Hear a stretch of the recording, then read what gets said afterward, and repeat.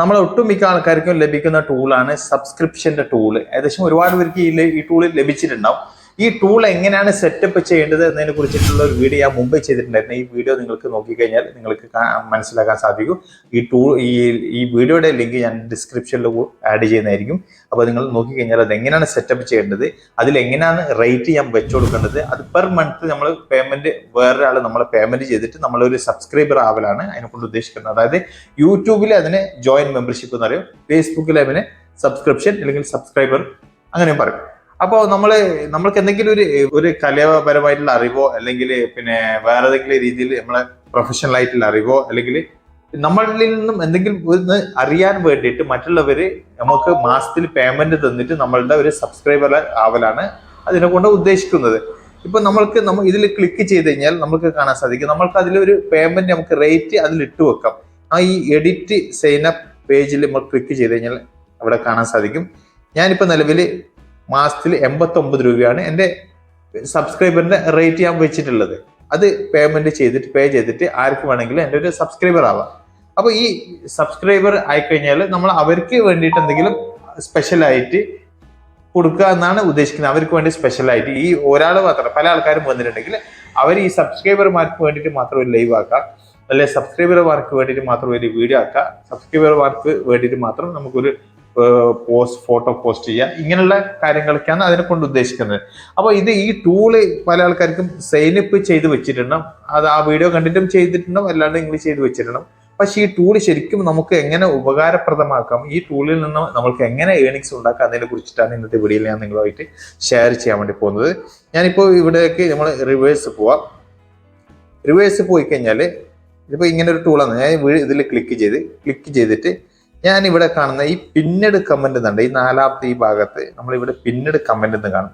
ഈ പിന്നീട് കമന്റിൽ നമ്മൾ ക്ലിക്ക് ചെയ്ത് കഴിഞ്ഞാൽ നമ്മൾക്ക് ഇവിടെ മാറ്റർ കൊടുക്കുക, അതായത് മാനേജ് പിന്നീട് കമന്റ്. ഈ പിന്നീട് കമന്റ് കൊണ്ട് ഉദ്ദേശിക്കുന്നത് വെച്ച് കഴിഞ്ഞാൽ നമ്മൾ എന്ത് റീൽസ് ഇട്ട് കഴിഞ്ഞാലും ശരി, ഫോട്ടോ ഇട്ട് കഴിഞ്ഞാലും ശരി, ലൈവിൽ പോയി കഴിഞ്ഞാലും ശരി, മുകൾ ഭാഗത്ത് നമ്മളുടെ സബ്സ്ക്രിപ്ഷന്റെ ലിങ്ക്, ഈ ലിങ്കിൽ ക്ലിക്ക് ചെയ്ത് കഴിഞ്ഞാൽ അവർക്ക് നേരെ നമ്മളെ സബ്സ്ക്രൈബർ ചെയ്യാൻ വേണ്ടിയിട്ടുള്ള ഡീറ്റെയിൽ അവരുടെ മുന്നിലേക്ക് എത്തും. അതായത് നമ്മളൊരു മാറ്റർ കൊടുക്കുക, ഈ ലിങ്കിൽ കൂടി നിങ്ങൾ എൻ്റെ ഒരു സബ്സ്ക്രൈബർ ആയിട്ടുണ്ടെങ്കിൽ നിങ്ങൾക്ക് ഇന്ന ബെനിഫിറ്റ് എന്നിലൂടെ ലഭിക്കുന്നതായിരിക്കും എന്നിവിടെ മാറ്റർ എഴുതി കൊടുക്കുക.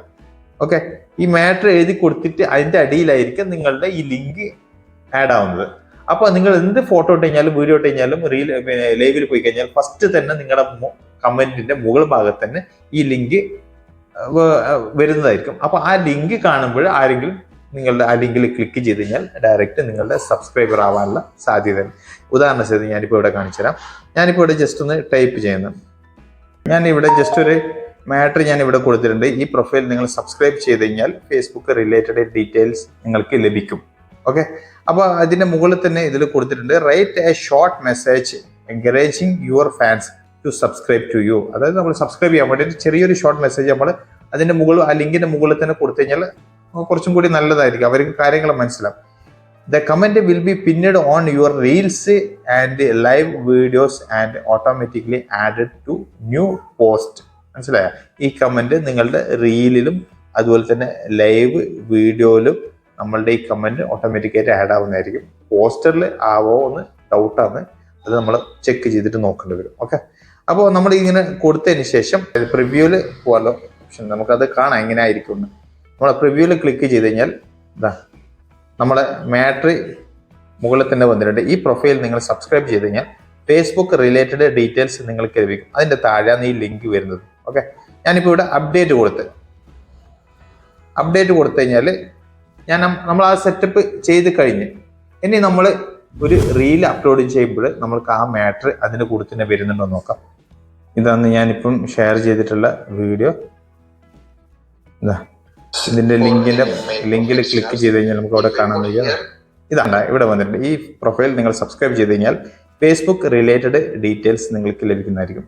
അപ്പോൾ നമ്മൾ കാണുന്ന ഫോളോവർ ആരായാലും ഇതിൽ ക്ലിക്ക് ചെയ്ത് കഴിഞ്ഞാൽ നേരെ നമ്മളുടെ സബ്സ്ക്രൈബറുടെ ബട്ടണിലേക്കായിരിക്കും വരുന്നത്. അപ്പോൾ അവർക്ക് എമൗണ്ട് കാണിക്കും, ഇത്ര എമൗണ്ട് ചെയ്ത് കഴിഞ്ഞാൽ നിങ്ങൾ ഇവരെ സബ്സ്ക്രൈബർ ആവാൻ സാധിക്കുന്നതായിരിക്കും.